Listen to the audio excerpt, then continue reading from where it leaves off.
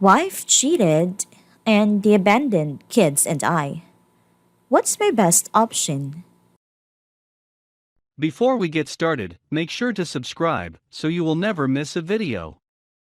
So let's get started. Wife cheated, and the abandoned kids and I. What's my best option? Even if it's just for venting, it does me some good, so here it goes. My wife was having and actually multiple affairs, which I found out about accidentally. We got married in 2008 and had our son soon after. She pushed hard to have a second child immediately, age issues, and we had our second son in about a year and a half. I was busy pulling 72-hour work weeks while still handling most of the work around home, since working in EMS with 24-hour shift meant I could work 72 hours and have 4 days off. She started treating me like crap soon after we had our second child, but I just considered it postpartum depression and remained happy, considering myself lucky to have a beautiful family, and was proud to work my butt off 24/7 to make her as happy as I could.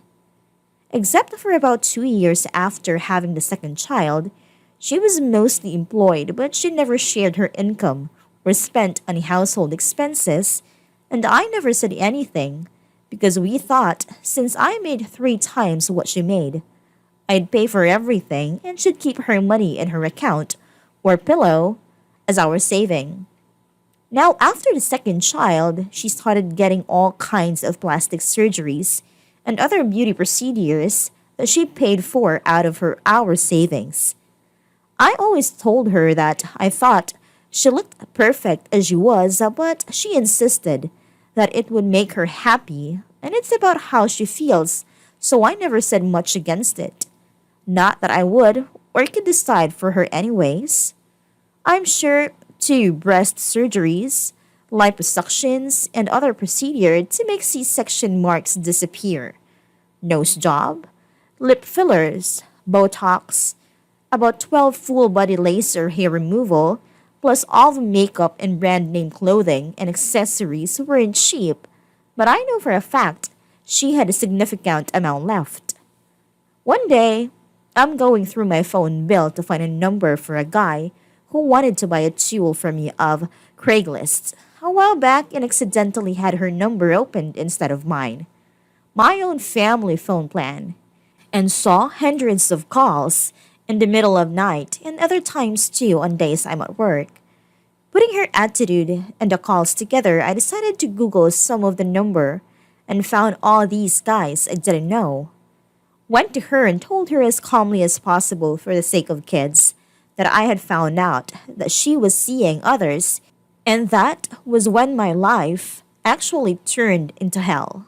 She immediately turned that into me being a controlling jerk who had spied on her and checked her phone, and got so intense that I had to grab the kids and leave as I didn't want them to go through all the cursing and screaming.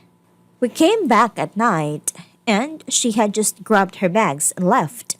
This was in 2015, and for the past 6 years, she has been disappearing for months, and every time she breaks up with someone, which happens far too often, she just moves back without notice, saying it's her house and I don't get to say otherwise. Stays for a while or just comes home at night and then leaves with no notice again.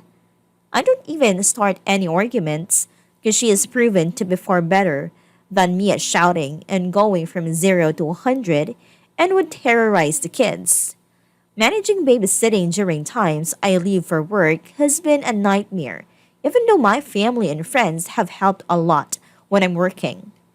The divorce haven't gone through was trying to not get a lawyer to save money since I'd end up paying for hers too.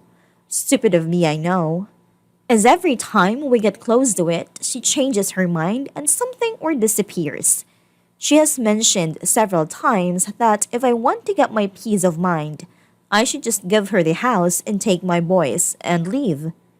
I have paid every single payment as well as every single bill for the house, and plus, Any other expenses there is since day one, and my bank statements show that. We live in a no fault state though. I never intended to not give her anything as I thought she is my kid's mother after all. But she is not sharing any info about her savings, and I think, in the best case scenario for me, she gets half of everything we got. Even though she has been separate and mostly gone for 6 years now, during which I've continued to work and pay for everything, and the house of value has doubled.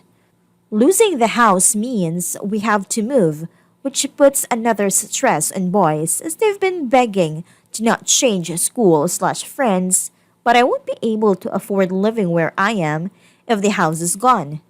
She has told me that she doesn't want custody, but she has also said that if I ask for everything that's against her wishes, she would ask for custody just to keep the house and get me to pay all kinds of things. But worse than all I know, I'm going to have to take care of my kids 100%, even if she gets custody as her. And I both know how much I care for my boys and couldn't possibly let them have the kind of life that I know they'd have with a mother who doesn't really want them and clearly suffers from some cluster B personality disorders, making her incapable of any level of empathy. Early on, when I asked at work and she was with them, the best she ever did was to hand them a sandwich, put them in front of Xbox, and go to her room and be on Instagram and other social media all day. I know I've written way too much, so I don't think many or maybe anyone would have time to read this. And believe me, I'm not even starting on the kind of abuse that the kids and I have been subjected to, or how she has a plan to make me look like the guilty one, thanks to me keeping my mouth shut and not sharing with anyone mostly out of embarrassment. However, if anyone who knows about this stuff did read some, what do you think is my best course of action? Do I have any chance in getting the court to believe me, given the fact that I feel around her everyone believes the woman's side automatically, or far more easily? If it was me, I'd just get my bag and leave her with everything. But I have all the expense and college bills every soon to deal with, so I feel it's my duty to advocate for my kids' future.